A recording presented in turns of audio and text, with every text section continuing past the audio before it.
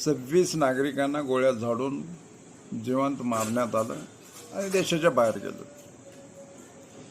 जम्मू काश्मीर केंद्रशासित प्रदेश आहे, याची सर्व जबाबदारी गृहमंत्री अमित शाह यांच्याकडे येतं. म्हणून यांनी स्वतः जबाबदारी स्वीकारून राजीनामा दिला पाहिजे. 26 नोव्हेंबर 2008 रोजी महाराष्ट्रामध्ये मुंबई ताज हॉटेलवर पाकिस्तानमधून आलेले अतिरेकी यांनी गोळीबार केला. त्या ठिकाणी त्यावेळेस त्या अतिरेक्याला पकडण्यात आलं. पकडून त्यांना मारण्यात आलं.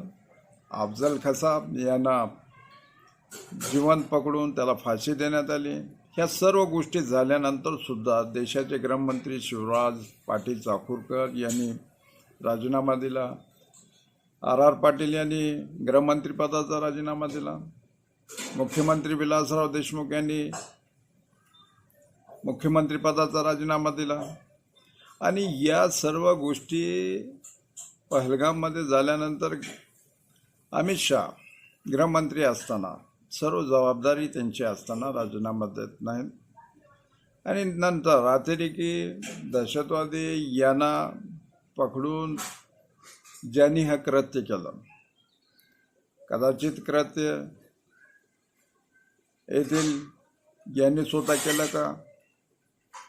या देशामध्ये अतिरेकी येतात, मारतात, पळून जातात आणि पकडले जात नाहीत. पुन्हा पाकिस्तानसोबत युद्ध पुकारलं जातं. युद्ध चालू असताना सीफायर केलं जातं.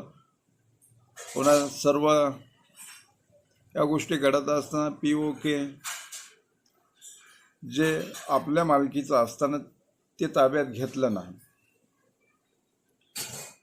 म्हणून देशामध्ये अशा पद्धतीच्या येथील देशातील सर्व लोकांना मोदी अमित शाह अंधभक्त समजत आहेत. आणि त्यानंतर देशामध्ये तिरंगा रॅली, तसेच घर घर सिंदूर हे सर्व नाटक सुरू करण्यात आलं.